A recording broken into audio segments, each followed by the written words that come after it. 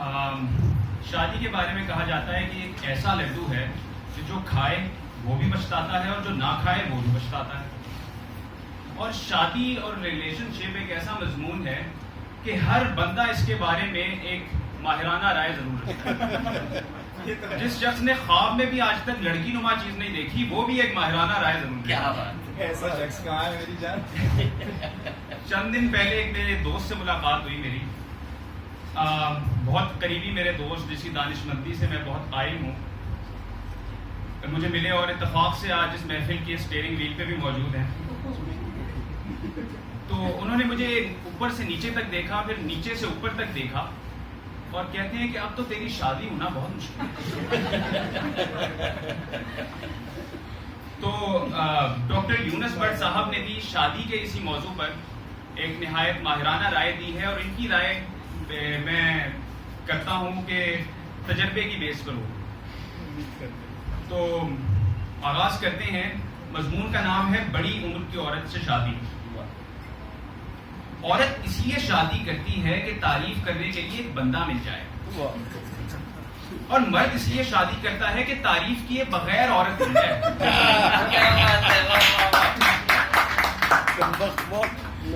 ویسے گھر کو جنت بنانے کے لیے شادی ضروری ہے. میرا ایک دوست کہتا ہے کہ یہ ٹھیک ہے کیونکہ مرنے کے بعد ہی جنت مل سکتی ہے. میرے خیال میں تو کمارا احمق ہوتا ہے، لیکن میرا دوست کہتا ہے کہ کمارا احمق ہوتا ہے مگر اسے اپنے احمق ہونے کا پتہ تب چلتا ہے جب وہ شادی کرتا ہے. دیکھا جائے تو شادی کا اس سے بڑا اعزاز اور کیا ہوگا کہ صرف اسی صورت میں انسان خدا بن سکتا ہے. اسے شاید مجازی خدا کہتے ہیں، اس لیے کہ وہ بھی خدا کی طرح سنتا تو سب ہے بلکہ بے حد سنتا ہے لیکن بولتا نہیں. پہلے میرا بھی یہی خیال تھا کہ ہر عورت شادی کرے مگر کوئی مرد شادی نہ کرے، لیکن اب میں کہتا ہوں کہ ہر مرد کو بڑی عمر کی عورت سے شادی کرنا چاہیے.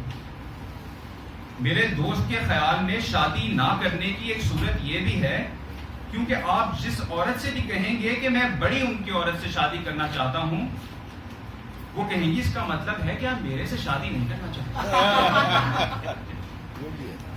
پھر بڑی عمر کی عورت سے شادی کرنا محکمہ آثار قدیمہ کے ملازمین کے لیے تو ٹھیک ہے کہ جو چیز پرانی ہوتی جاتی ہے اس میں ان کی دلچسپی بڑھتی جاتی ہے. بڑی عمر کی عورت سے شادی کر کے آپ حضرت آدم علیہ السلام کی طرح دنیا کے ان خوش نصیب خاوندوں میں سے ایک ہوں گے جن کے ہاں سانس نہیں ہوتی، ورنہ جب تک سانس تب تک سانس. پھر آپ کو بیوی کا حکم مانتے ہوئے بھی شرم نہیں آئے گی کیونکہ حکم ہے کہ بڑوں کی حکم عدولی نہ کرو. لڑکے بالے جب جوانی میں بے قابو ہو جاتے ہیں تو بڑے بوڑھوں کے پاس ان کا یہی علاج ہوتا ہے کہ ان کی شادی کر لیں. گویا ہمارے ہاں شادی علاج جوانی ہے. دنیا کی وہ عورت جسے آپ ساری زندگی متاثر نہیں کر سکتے وہ بیوی ہے، اور وہ عورت جسے آپ چند منٹوں میں متاثر کر سکتے ہیں وہ بھی بیوی ہے لیکن کسی اور.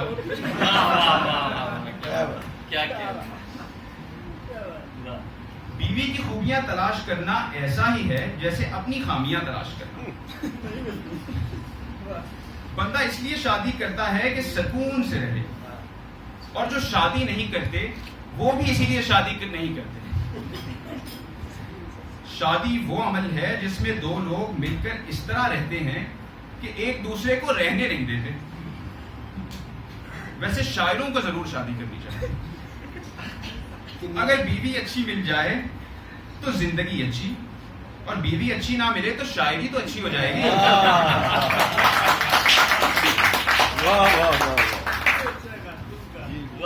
بیوی سے بحث میں ہارنے سے زیادہ بے عزتی والی بات ہے اس سے بحث میں جیتنا. وہ خاوند کو تکلیف اور مصیبت میں نہیں دیکھ سکتی، اس لیے وہ اس کے رنڈوا ہونے کی دعا نہیں کرتی بلکہ اپنا بیوہ ہونا قبول کر لیتی ہے. ویسے عورت ویسے عورت اپنے مرد سے بھی اسی اخلاق سے پیش آئے جس سے وہ اجنبی مردوں سے ملتی ہے تو اسے بھی طلاق نہ ہو. خاوند بھی اسے دن میں ایک بار ایسے دیکھ لے جیسے وہ ہمسائی کو دیکھتا ہے تو اس کی ازدواجی زندگی کی ضمانت میں دے سکتا ہوں.